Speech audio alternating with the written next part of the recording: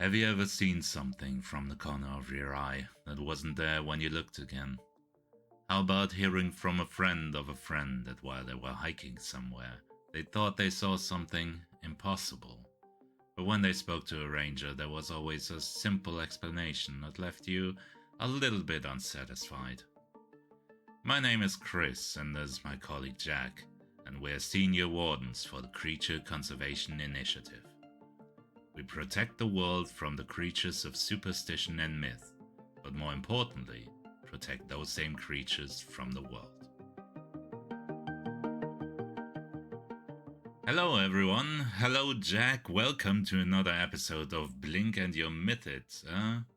How are you doing today, Jack? I'm doing very, very well, especially seeing as you just said the name, so it's been a while since I've heard it out loud. And I still enjoy it. Yeah, you always like that. I enjoy it, it's fun. Yeah. I just thought I'd plug that in as a little treat for you. Oh, thank you very much. Yeah, I'm doing pretty good myself. How about yourself? How's things going? Oh, I can't complain. I mean, I can, you know that, but I won't today. Yeah, overall, I'm doing pretty well. Summer is starting slowly but surely. Yeah, I have grown accustomed to the hairy patches on my arms, and Heartman doesn't hate me quite as much anymore, and yeah, things are looking up. Fair enough. I wanted to ask, is there any news on the Garian front? Did you or did we find anything there? Nothing so far. No. I've pulled out from the hunt myself, just because they needed me in other places, and they don't like wasting resources, so they got some new people on it instead. Maybe you started to enjoy yourself a little too much in the Caribbean. Potentially, but you know, I'm never going to admit to it or not. Of course. Especially not on record. Oh god, no, you gotta get the perks somehow, haven't you? You do. Yeah, I'd say let's just get into it. Today we are talking about quite the classic, and that is the Mermaid. Ooh, very fun. I suppose I don't have to ask, pretty much everyone has heard of the Mermaid. Yes, I've heard of the Mermaids. Yeah, you heard the Mermaids. Yes, I've heard the Mermaids. Are you sure you didn't hear a siren? Potentially. I have spent a decent amount of time in this job on the sea or in the water. More than I would probably actually have expected when I first joined. So, who knows, I may have heard of Siren, I may have heard of Mermaid, but I can say I've not directly interacted with the Mermaids. Yeah, I mean, it can go either way, but overall, you're probably better off that way. Yeah? Yeah. So, the Mermaid, there is basically two versions of it in the public consciousness, I would say. Yeah. Which is, the first one is basically the Disney version, which is the pretty lady with a fishtail. And the other version is the horrible creature that is half fish, half human, that lures humans into the water and drowns them. So, the pretty lady. Yeah, exactly. And yeah, I'm afraid to say that the Disney version is quite rare. Oh, rare. It is quite rare. And, you know, also the problem is you don't really know which one it is before it's too late, because they will sweet talk you and everything. And yeah, you basically, you're better off playing it safe and assuming that they want to kill you, because when you find out for sure, it's usually, you're usually underwater. Oh, okay. So what you're telling me so far is that mermaids are quite vicious. They are quite vicious. They are also quite vengeful. Really?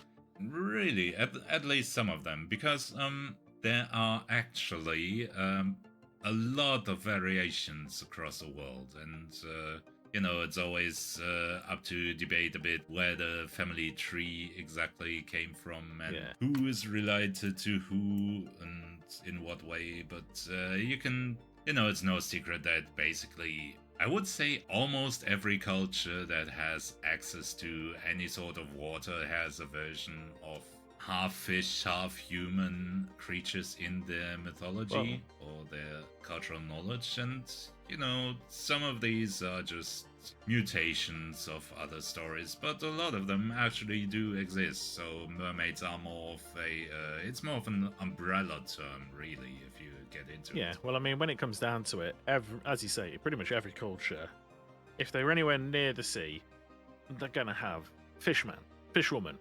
That's gonna be part of their cultural heritage. Definitely. Often in various different forms. Yeah. And then we mentioned them already by name. There's also the sirens, which kind of got conflated with mermaids over time a bit, and it's kind of a mix-up, really, because they often live near or on or in the sea, but actually sirens are their separate thing, and they are usually more bird-like than fish-like. Really? It just somehow in the tales it kind of got mushed together over time, and so they. In a lot of tales, they ended up also looking like half fish people, and sometimes even the terms are used interchangeably, and that could be an issue if you encounter either of them. Is that why you think that the mermaids are a bit vengeful? They don't really like being connected to sirens, or do you just think they have a bit of a mean streak? I don't think they care, really. They're just a little bit evil sometimes. I gotta say, I don't like to make sweeping judgments like that usually, but they have a tendency to be a little mean. And by mean, I mean killing people for fun. I'm curious as to see how we handle them. And I'm also a bit more curious as to why I've never been sent to deal with them. It's not easy because they are intelligent creatures, and it's just, in a way, they're just doing their thing, right? So that puts us in a difficult position because we don't really want to. What right do we have to enforce our way of thinking on other species, basically? But at the same time, we don't want them to kill us. True. Yeah, so what ends up happening mostly is that we try to minimize the possibility for contact where we can, and we also often try to, we've tried to negotiate with them to try to get them to agree to, not kill people, and in turn we just leave each other alone. But more often than not, that doesn't really lead anywhere. But we'll get into that later. It sounds like that's been successful, but not really. Yeah, as I said before, there is a bunch of different variants, and just for a little taste, we can go through a couple of them and just very superficially look at them. For example, there's the Scandinavian half-shrew. Okay. I am, as always, probably butchering all of these names, so apologies, but you really should be used to that by now. Yeah, quick disclaimer. We are not linguists. We are horrible at different languages. Let's just stop there. We're horrible. We're horrible people. And there's different languages involved. Yeah, we should not have a podcast. Anyway, moving on.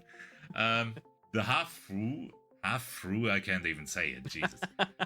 Anyway, so they are a bit of a mixed bag. So they can be benevolent or malicious depending on basically the time of day and just which one you happen upon. But there does seem to be a trend for a certain level of maliciousness there as well, because they are known to abduct young women, and yeah, and at the same time, people seem to, they seem to take their revenge on these half-shrews as well. And for example, there's the old tale that some sailor lured one of them to his ship and just cuts her hand off for no reason at all, apparently. Okay.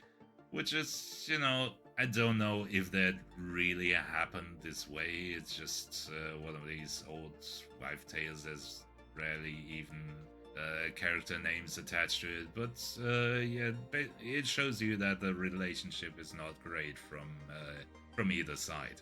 I mean, let's be honest, not exactly the most diplomatic move. Definitely not, and that's also where we see that they are quite vengeful. And what is probably more worrying is that they are also kind of powerful, because the revenge for this basically was causing an entire storm that Wow. almost killed the sailor, which is something they can do, and that's just one more reason why you should not mess with them. Okay, very, very quickly. You're telling me they can cause an entire storm?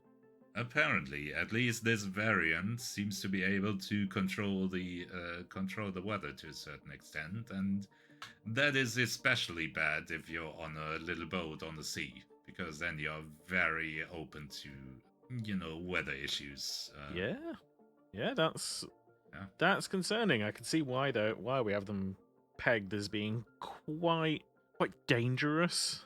Yeah. So then we have the Chinese variant, for example, which is apparently the Hairenyu. As always, probably not how you say it, but they are visually a bit more like the ones we know. They look like a beautiful women on the upper half. They have long hair and white skin and pretty multicolored hair and stuff like that. And the kind of disturbing fact is that one of the most known facts about them is that they have sexual organs just like humans. Okay. And apparently it's rather common for widows and widowers to keep them in ponds to, Okay. I'll leave the rest to your imagination. Yeah, looking for a companion. Yeah. Exactly. Just a platonic companion. Yeah. To help them with their grief.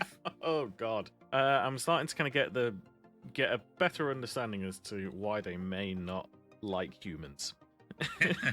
Definitely. I mean, maybe they are into it. Who knows? Well, I'm thinking more go from sea to pond. Yeah, that's true, I guess. Yeah, let's just say it's quite a downgrade in accommodation. It is. Hmm. Then probably just as a last little sidetrack, to me one of the most interesting ones is the one that is common in Japan, and it is called the Ningyo, Okay. which literally translates to human fish.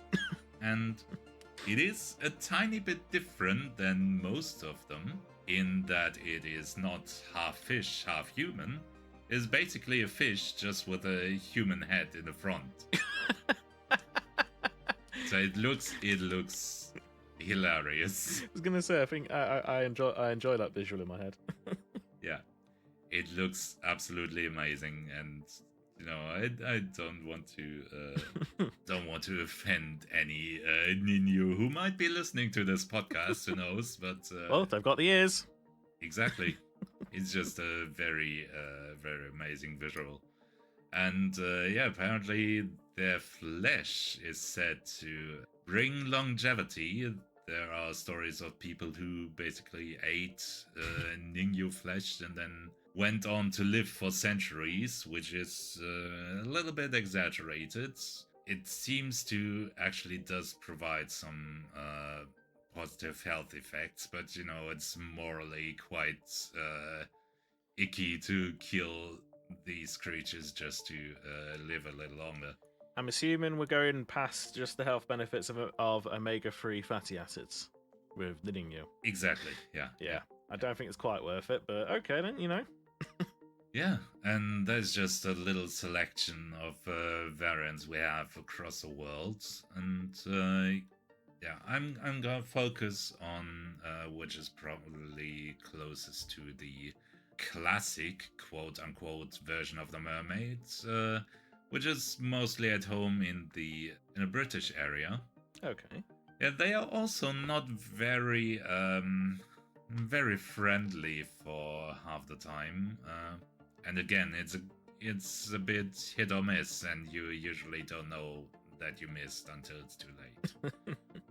Yeah, so they're commonly known as to be an unlucky omen, and they can foretell disaster and or even provoke it. They are kind of it's not always like they hunt for food or anything. It's just they seem to enjoy it. Oh, okay. Yeah, which is the problematic part of it, because when it's just dietary stuff, you can kind of understand. But yeah, there's a certain level of maliciousness here that that is not really great, and yeah, certainly. yeah, it makes it hard to find any diplomatic solutions, because they don't really want to let go of their ways, because from their perspective, their prey is basically saying, "Hey, we don't want to be eaten," and they're saying, "Yeah, but we want to." Well, yeah, I can definitely see the complication. Yeah. We have had reports, which is interesting. I have never seen one of these myself, but apparently there are rarely huge mermaids floating around. And I'm talking 2,000 feet or What? about 610 meters long. Mega mermaids. I mean, ooh, that makes me feel a little bit weird.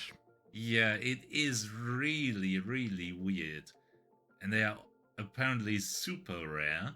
I can only assume that they usually tend to stick around quite low in the ocean, so we don't get to see them as much, because they are hard to miss when they are in your line of sight. And they are really rare, and we have not talked to any of them, so we're not even sure if they are intelligent. We assume so, because basically all of the other variants are, but yeah, these are a bit of a mystery. Yeah, Seem to be some kind of weird subspecies. that is scary. I mean, there are some absolutely massive creatures out there, and I've teased that at some point I'm going to be doing an episode on one of them, but that gives me some interesting things to think about. But Yeah. at the same time, genuinely, that scares the hell out of me. It is very scary, and at the same time, I'm very sure that there's gonna be someone who's into vor and stuff who's gonna be very excited to hear about this. All right, well, I think the less said about that one, the better.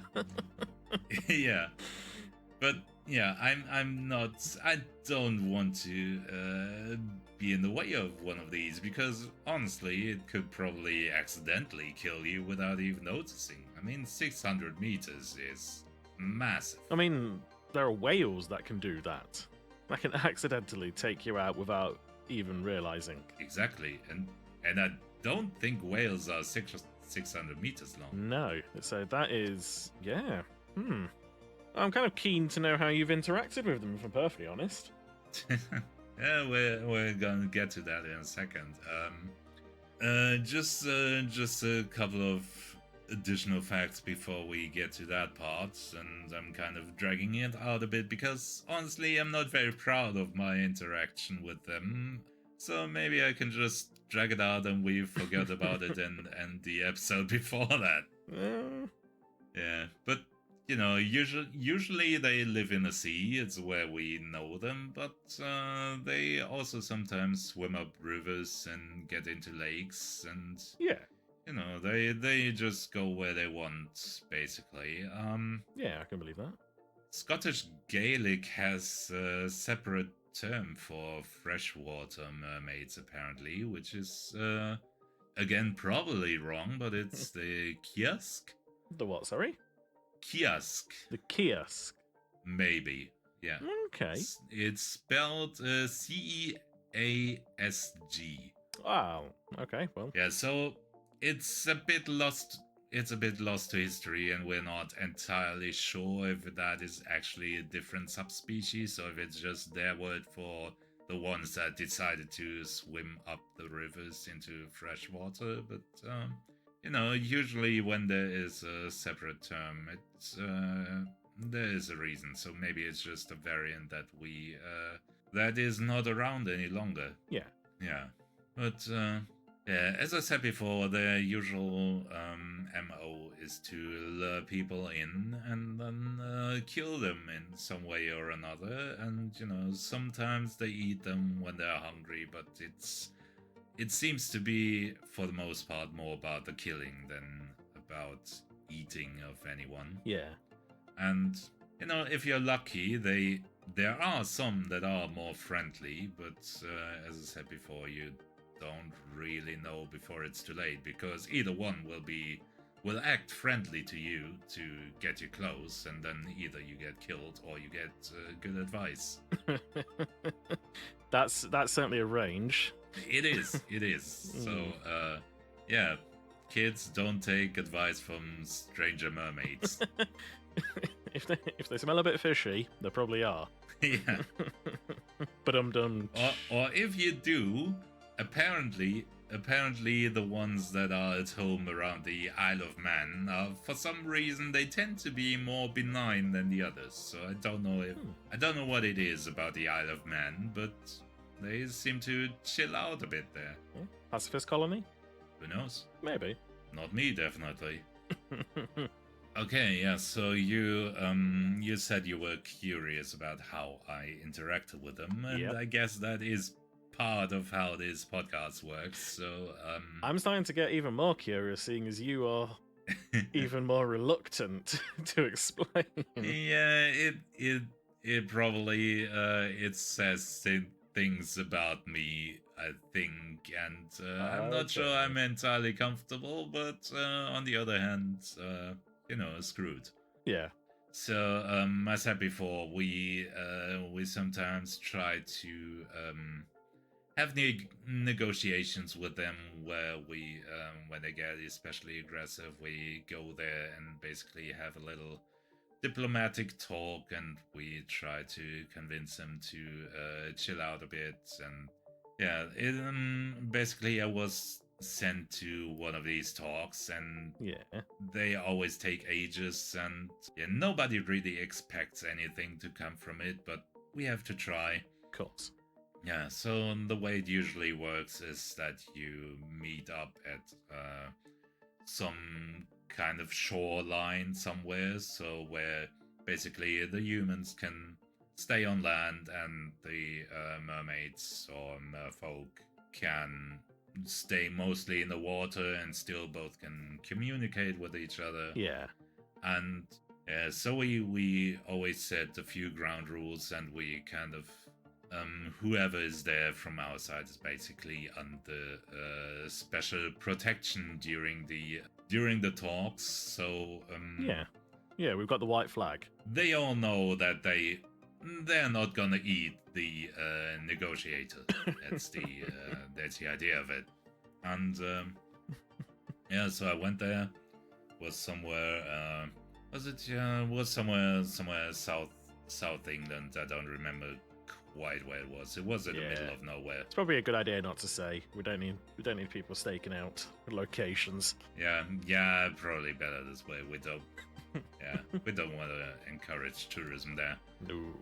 Yeah, so I was sent there, and we talked, and as expected, it didn't really go that well. It went over a couple of days or 3 days or something, I think. And, it was very frustrating. Except for one younger mermaid. Her name is... I probably shouldn't say the name. Let's call her Myra. Yeah. So she was kind of younger, and during the talks she was always trying to kind of mediate, and she was generally on my side, and I thought it was kind of a generational thing, like maybe the younger ones want to try and live with us, and it was just nice to have one of them who wasn't intent to eat my guts, basically. Yeah, yeah. Yeah, we got along. We started taking breaks together and have lunch and talk and all that stuff. And yeah, the talks continued and stuff got heated. But as I've said about 15 times now, it didn't really go anywhere. Yeah. And at some point, the talks were basically over and everyone was supposed to go home. And Myra kind of hangs out and says, hey, you want, before you head home, you want to kind of hang out this evening? And I was like, sure, why not? I don't have anything to do. My flight goes tomorrow, so why not? Yeah, improve relations. Exactly. Yeah. Yeah. I was just doing it for the betterment of every one of us. And yeah. Yeah. Completely selfless. And you know, we meet up on the shore again. We chat, we drink a little bit of wine and all that stuff, and we talk, we laugh, and I look away for a second, and the second after, my head is underwater because I was protected during the talks, and the talks ended earlier that day, and yeah. Oh. They're kind of creatures that respect the letter of the law rather than the spirit. Definitely. And they are very good actors. Yeah. Yeah, so ooh. I was completely taken by surprise, and she was basically pushing me underwater and trying to drown me, and I heard some kind of giggling, distorted as it was through the water. Yeah. And you know, as wardens, we are, you know, we get into situations, so we are trained in like self-defense stuff, and of course. So luckily, I had the instincts to know how to position myself, how to get leverage and apply it, and I was able to basically get a few gasps of air and then kind of wriggle around and basically throw her over my shoulder more or less and get out of there. Yeah, go for the judo flip on the fish. Exactly. Judo the fish. It's what my grandma always used to say. I like that one. Yeah, I never asked her what she meant, but probably she meant exactly that. I'm sure. Anyway, yeah, so I was very lucky to have that training, and you know, they are quite strong, but they are not like supernatural anyway, except for the ones that can cause storms, of course. But, of course. Yeah, you're not automatically dead when they get you. So yeah, is what I'm trying to say. Yeah, I wriggle free, and yeah, apparently for her it was just the fun game, and she smiles at me and says, "See you next time," and dives into the water, and I'm standing there and feeling very much like a massive idiot because I genuinely fell for it. I thought we had I thought we were getting along, and yeah, new friend. I honestly did not expect them to play the long game like this. So apparently she was planning that the entire time, it seems, and I did not expect that amount of, you know, planning and conniving. Exactly. Yeah, and you know, I got it was not a very comfortable debriefing after that, because you know, the first page in the training manual, whenever you deal with anything or anyone that is known to lure people in, basically just says do not let them persuade you to go somewhere alone, and stuff like that. Yeah, especially near the ones near water. Your training manager will very much be looking at that, going, seriously? Yep. It was not my proudest moment. And that was last week. Yeah, but yeah. Yeah, so that's how my encounter with the mermaids went, and everyone who could give me crap already knew about it, so I might as well tell the world. So yeah, don't go to dinner with mermaids because it might be a last. At least not without a snorkel. But fair enough. But do you know where there's a really, really good place where people could go for dinner? There is a place I've heard of. I'm not sure what kind of food they have, but they have very lovely people and a lovely community, which you can find on our Discord, which is linked in the description of this episode and the podcast itself, and anywhere else we can post it. Yep, it's a worldwide table service there. But yes, an all-you-can-eat buffet of knowledge. Exactly, because that is the exact place where you can ask us to talk about various creatures, have a discussion with people after the show, ask us and suggest pretty much anything that you would like to, and we can see it and we can respond and try and maybe if enough people ask about a certain creature, we can always do an entire episode on it, because between myself and Chris, we've pretty much encountered everything that we can. Exactly, and it wouldn't be the first time that we did an episode on something someone suggested there, so we do try to listen, and if you have anything you wish to hear about, join us there and give us a shout. Yeah.